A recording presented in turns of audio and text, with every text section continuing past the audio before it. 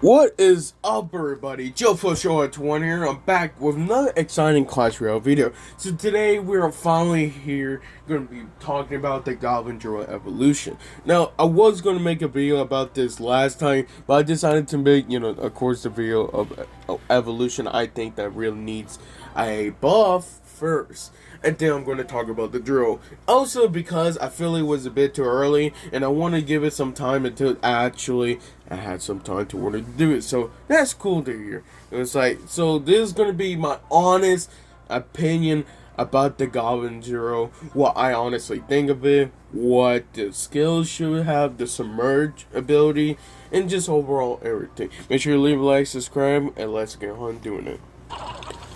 So, on the evolution alone, I would like to say is really good winning condition just to get some chip damage on your tower, or just to make it a lot.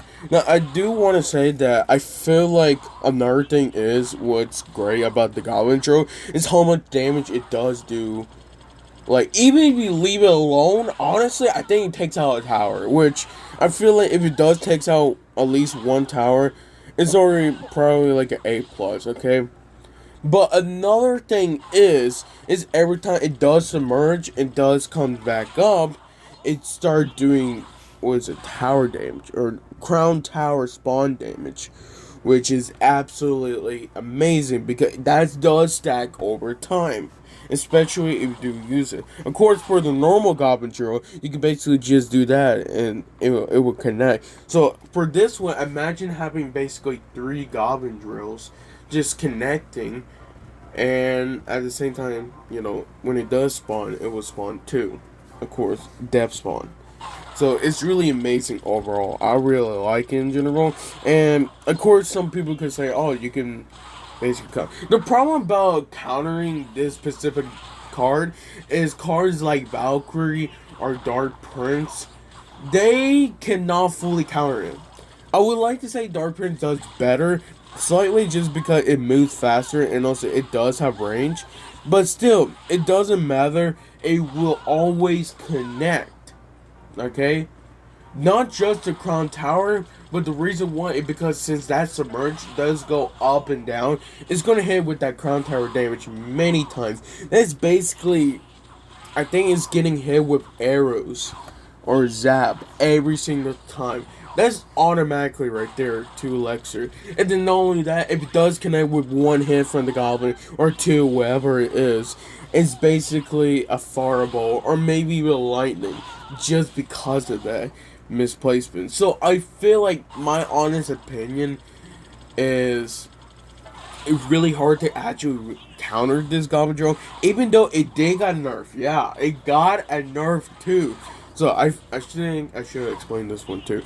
But in the beginning, I think they nerfed it right before it actually came out. They noticed it was so much powerful because every time it does do a submerge, it would spawn 2 goblins instead of 1 goblin.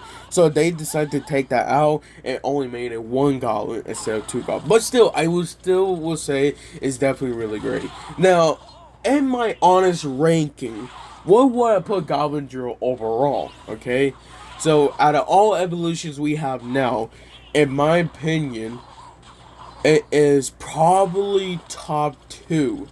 I still think that Tesla Evolution is number 1. The Tesla Evolution, then the Goblin Drill Evolution, then the Wizard Evolution, and then the Knight Evolution, then Skeleton's Evolution, then Valkyrie, so forth. That's my honest opinion.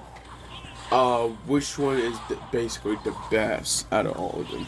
Well, of course, it's already got a nerf from, basically now it does submerge. It will only spawn 1 goblin instead of 2. In my honest opinion, will it get a buff or a nerf? It's going to get a nerf, okay? What you guys surprised? It's going to get a nerf because it's just too good. I will honestly say they would have to nerf the... I know this is like a hot take. They would probably have to nerf the crown tower damage, because you guys gotta remember, it's 3. It's 3 crown tower damage it fully does. So that's automatically connects right there, okay? 1, then second one right there, and then the third one right there. And if you're trying to play this more competitive play, you might do it even more. I'm trying to see if someone will actually use rage, maybe to see if they can spawn faster. But at the same time, I would like to say it probably will get a nerf just because that crown tower damage is basically an automatic, hits right there. No matter what, it will always connect. I'm gonna put this like 2 times. So this is one match that I actually saw, which basically was really fun because I like seeing other people competitively play, and at the same time, just seeing other people in general, how they play, how they basically adapt when it comes to playing these types of games, looks really amazing. Now, they do got Muller Witch to basically counter the Goblin Drill, which I feel like is one of the best counters for the drill, just because, that can basically counter it the whole time, and at the same time, you gotta remember that with that damage, it's gonna do a lot.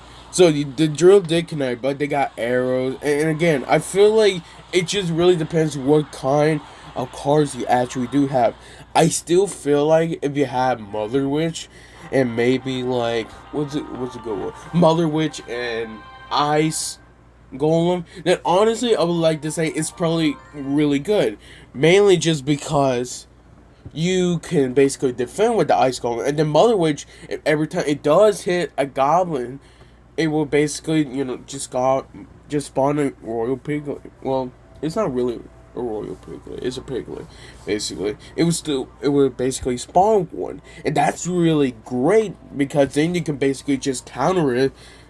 Put a winning condition right there, drill, hog rat, or whatever, and then, basically just counter that. Or if you want to make sure to do a big push, at the same time, make sure, to get much value, you could do a Mega Knight, and then once the Mega Knight does cross to the bridge, bats right there, and then something to support it, like, arrows or rage, just to make it more, stronger. I think it just really depends how you use the Goblin Drill, and overall what kind of value you're going to be making. In my opinion, I feel like with a good cycle deck, you're definitely really good. But I think it just really depends on how other people think. And, I don't mind Goblin Drill. Again, I don't mind having evolutions. The problem about evolution is most of these evolutions, either they have HP buff, so you're going to have to make a difference between them. They have a damage buff, or their ability is just so annoying that it basically just ruins the game overall. Which, yeah, I get what it means. But at the same time, there's some, like, evolutions, like, when I see them, I'm like, oh, that's not bad at all. Because, like, these evolutions, they're not strong. In my opinion, evolution should not be so much stronger, okay? Evolution should just have an ability, and that's all. And this sort of another problem with evolutions is I don't like how they made it. Yeah, it sounds great in paper, but I wish for new cards. In my opinion, I feel like if you made a new card out of all of them, it is amazing. Like, I think it just really depends on it. And I probably will make a video about the Goblin Giant soon. I think I already did one. I'm gonna have to check first. If I haven't, then I probably will make one. But in my opinion, Goblin Drill will probably get a nerf. There's two nerfs actually. Either it will be nerfed from the spawn of the goblins, so they probably will have to nerf that. It would only be like one per submerge or two, and then that's all. And then for the second one, if it doesn't do that, they probably just nerf the crown tower. Again, in my opinion, it's a bit too much. Like, it's basically getting hit with a poison, half of a poison. But yeah, you still got Goblin Sword to do that. So I think it just really depends how other people say.